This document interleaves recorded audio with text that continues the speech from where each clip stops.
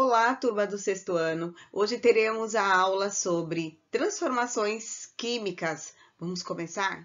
No nosso dia a dia, várias transformações ocorrem e muitas delas nem percebemos. Podemos destacar dois tipos de transformações. A transformação física, como a gente está vendo esse gelo derretendo, era água congelada que passou para o seu estado líquido.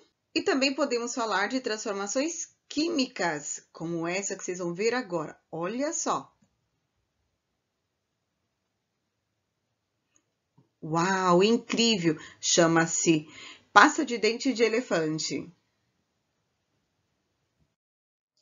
Transformações físicas são aquelas que não formam novas substâncias, como as mudanças de estados físicos da água. Olha esse gelo. Ele era água no estado líquido. Você provoca uma transformação física quando você leva essa água para o freezer, a água vai congelar, então ela vai passar para o seu estado sólido. E quando você retira o gelo do freezer e deixa em temperatura ambiente, ele volta a ser líquido.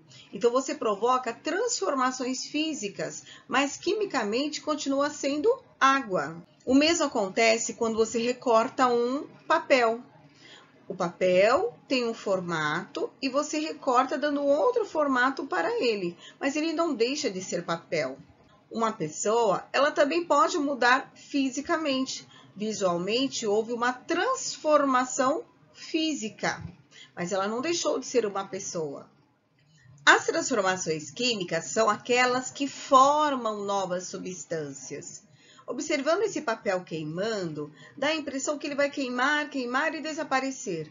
Mas não é isso que está acontecendo aqui. Estão ocorrendo várias transformações químicas. Veja a cor do papel, veja a chama, a fumaça saindo. Tudo isso são evidências de que estão ocorrendo transformações químicas. Bom, você deve estar se perguntando, como que eu vou perceber se é uma transformação química ou uma transformação física? Existem algumas evidências que facilitam a gente perceber se é uma transformação química ou não. A liberação de calor é uma dessas evidências, como acontece na queima do papel ou na erupção de um vulcão. Mudança de cor, como ocorre quando um pouco de alvejante cai em um tecido. Olha só. Alvejante, que é a cândida, derramada sobre o tecido roxo. Bom, o alvejante ele é feito de hipoclorito de sódio, principalmente. Então, esse hipoclorito de sódio, ele acaba entrando em contato com a tintura do tecido. E isso vai causar uma reação química, provocando desbotamento. A liberação de gases, como ocorre quando adicionamos um comprimido efervescente a um copo de água. Olha só, liberação de gases. O gás carbônico está sendo liberado. A reação do contato do comprimido com a água ocorre a liberação do gás carbônico que estava ali. Essas são evidências de que são transformações químicas. Existem outras também que eu vou citar depois. Existem algumas transformações químicas que ocorrem naturalmente no nosso dia a dia. E o homem tenta, de alguma forma, retardar essas transformações ou até mesmo impedi-las. A oxidação, como esse ferro enferrujado, a combustão, como a fogueira queimando, e a decomposição, como esse abacaxi se decompondo, são exemplos de transformações químicas que ocorrem no nosso dia a dia e que podem estragar nossos bens, como carros, casas, ferramentas, alimentos e brinquedos também. Então, o homem procura, de alguma forma, retardar ou impedir essas transformações. A oxidação é uma transformação química pela qual alguns materiais passam quando entram em contato com o gás oxigênio. Por isso, oxidação, oxigênio.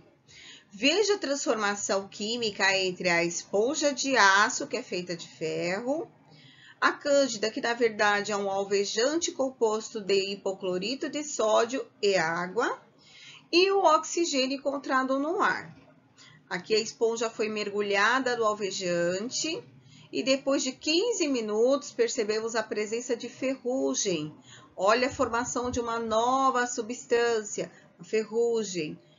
A mudança de cor é uma evidência de que houve transformação química. E depois de 1 hora, veja só, mais ferrugem, a esponja está mais enferrujada. Essa mudança de cor é uma evidência de que houve transformação química. A decomposição é a transformação da matéria orgânica, como restos de seres vivos, urina, fezes e secreções, por ação dos seres vivos decompositores. Lembra quem são os seres decompositores? Fungos e bactérias. Veja a ação desses fungos e bactérias sobre esse abacaxi. Essa atividade é muito importante, pois devolve ao ambiente os nutrientes que estavam naqueles alimentos.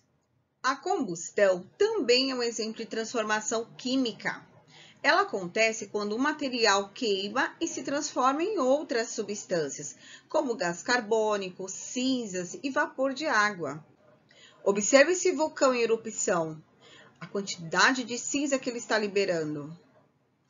Agora que já sabemos que a oxidação, a decomposição e a combustão são exemplos de transformações químicas e que elas acontecem no nosso dia a dia, precisamos descobrir como o homem tem feito para impedir que essas transformações ocorram de maneira tão rápida.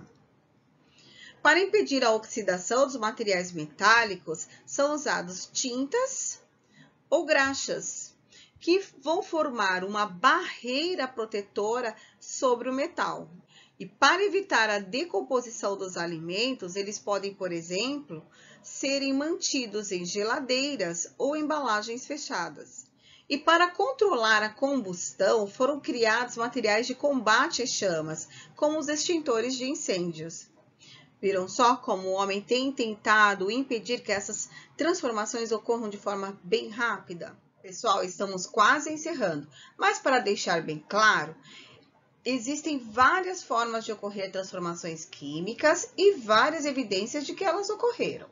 Veja, elas podem ocorrer por ação da luz e do calor, como na fotossíntese. Elas podem acontecer por ação mecânica. Essas transformações também podem ocorrer por ação de corrente elétrica ou pela junção de substâncias. Vejam só, 2 líquidos incolores, quando se juntam, formam uma substância amarela.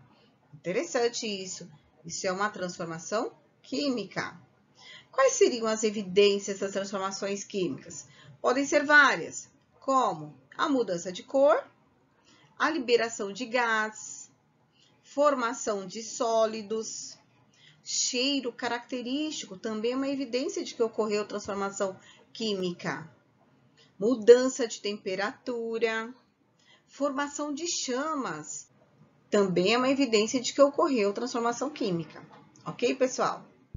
Agora é com você. Acesse o nosso blog educacalbasica.sv.blogspot.com e realize as atividades 67 e 68. Até a próxima!